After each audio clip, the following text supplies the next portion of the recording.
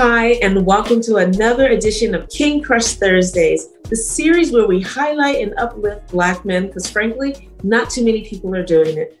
My name is Val Gay, and I am super excited to bring to you yet another amazing brother. This brother is a very well-educated educator and entrepreneur. He has a doctorate. He does a bunch of things, a principal of a school, and you'll find out more about him. But I'm super excited to bring him today. Please welcome Dr. John W. Spencer. Hi, Dr. Spencer. Hey, how you doing, Val? How are you? I'm good. Thank you. May I call you Dr. John, please? Or you can just call me John. It's fine. Okay, thank you, John. I appreciate you being here and appreciate that. So as you know, we are building a repository of 6 questions on our way to 100 answers by 100 different Black men, with the goal of perhaps having one day a young king who may or may not have a positive Black male role model in his life, where he can come to this repository and see these same 6 questions and 100 different answers, and perhaps find guidance in there. And for the rest of us who are either neither Black or male, can also look at this repository and get a better insight into this group of men who are often, in my mind, myopically viewed, very narrowly viewed, often not fully seen at all. And so I want to contribute to the conversation to allow Black men to speak for themselves. And so I am so grateful that you're here. I'm looking forward to what you have to say. And let's get started with the first question, which is, what does manhood mean to you? Okay. First, I would like to thank you for having me as a part of this. Being an educator and a father of a Black boy, I know how important it is. When I think about manhood, I think about my father, my uncles, and all the men that have poured into me in my lifetime. Being a Black man and manhood in America is very complicated because they try to put you in different boxes. But manhood to me is being empathetic, being a leader, taking care of your family, taking care of yourself, doing things to sustain and uplift the community. And at times, you're vulnerable. You're vulnerable to other men, to other people. We don't push toxic masculinity.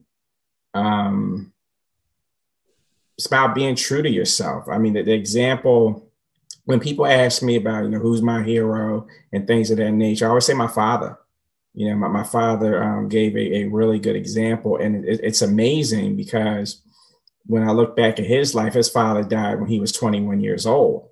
And so he didn't really have an example, but, it was an amalgamation of what his uncles and what other men poured into him and what he was able to teach us. So I take that responsibility as a Black man and as an educator, as a principal, when I'm dealing with my students and other young men. So to me, it's about sustainability, empathy, and leadership. That's awesome. Excellent. Thank you. So John, who and or what is important to you? Number one important thing to me is family. Without family, I don't believe you could be centered. So I'm a father of 3 beautiful children, a husband. I'm the youngest of 19 cousins. I had 9 aunts and uncles from my mother's side and an uncle on my father's side. So I come from a huge family. So family has always been important. I also come from a family of activists. And so doing what's right for the community as a whole is always important. And that's one of the reasons why I stay in education, because for me, being an educator is also about building up the community. and helping them learn how to sustain themselves and to do things for themselves. So that's what's important to me. That's awesome. That's awesome. So John, how do you want us to see you? I guess the first thing that pops in my mind is actually a good father. I helped give life to these three human beings, and they're going out into the world. And I hope I've been a good role model and a good inspiration for them to become good adults and have good lives. Because even as an educator and a principal, my role as father still comes out, because I truly treat my students as my own children, and I have the same hopes and dreams for them that I have for my biological children. But also someone who's tried to give back, that, it's just not about my own personal achievements, that I've tried to do something to uplift the community and make it better. That's beautiful. That's awesome. So John, what is your epic dream?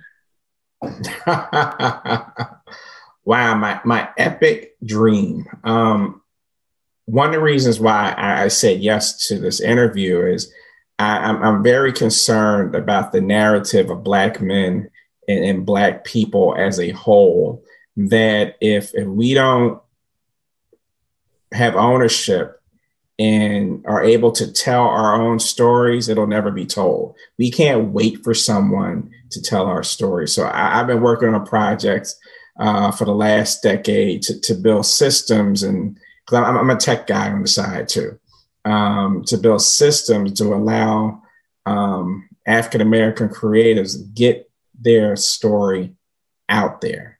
And so my dream is to develop my own, for lack of a better term, I'll say Netflix. Think of Netflix meets Khan Academy, and it's something like that, in terms of getting content out there that's culturally relevant and responsive, where we control the narrative. That is so awesome. Oh my gosh, that's so exciting. Super exciting. That's excellent. Excellent, excellent, excellent. So you've been telling us a lot already, implicitly answering this question, but I'll ask you explicitly. So Dr. John W. Spencer, who are you? As I said before, I'm a father, but I'm also a son and a brother, because I think about how my parents molded me. My mother is a daughter of the South, growing up in Birmingham, Alabama, during the time of great strife. And, she met my father at Tennessee State, which is a HBCU, and just all those experiences that made them up as individuals, then brought them together as husband and wife, have poured into me. But I'm also the youngest of three boys. And, my mother raising three boys in Philadelphia, and to navigate, and for all of us to reach manhood and have our own families, that kind of, that puts a firm stamp on who you are.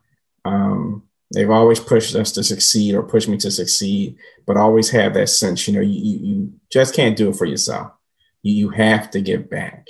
You have to have a sense of community, and it can't all be about self. Yes. Thank you so much.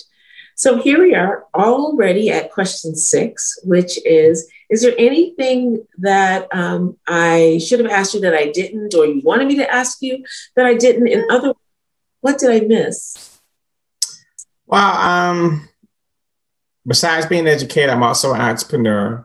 I believe as a collective, African Americans have to be more entrepreneurial in spirit, that we have to support each other. Because like I said, if we don't control our own narrative, we can't have somebody keep telling the story for us. So yeah, I want to help creators get their voice out there. So if that's you, find me on Instagram, find me on Twitter, come to my website, and let's have a conversation. That's awesome. That is so awesome. Excellent, excellent, excellent. Well, I just thank you so much for being a part of this conversation, a part of this repository.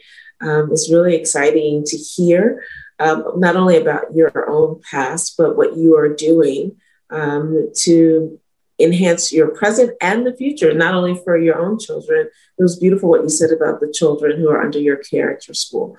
That's just really powerful. And I just thank you so much. And so I honor you, my king, and I pray that God will continue to grow and deepen you and bring all those epic ideas to the world, because we definitely need them. And I just thank you so much for being here with us. Well, thank you for having me. I really appreciate it. I'm looking forward to seeing the finished product. Absolutely. Thank you. And thank you for joining us. I hope that you were as enlightened as I was about this interview. And if there is a king in your life, a positive Black man, successful Black man, who you want to see highlighted in this forum, please click the link below or in my bio or DM me, and I'll take it from there. So let me be clear. Success is not defined by what someone does for a living, per se, but more about the content of their character and the impact that they are having on their community, whether it's the nuclear family, just the people right around them, or in a much larger platforms, let's say a school, and everything in between, because we are really interested in having these diverse voices, positive voices, be contributing to this narrative. So thank you so much. And in the meantime, please remember to spread love and have a great day. Thanks so much. And thank you so much, John. That was really wonderful. Thank you so much. Thank you.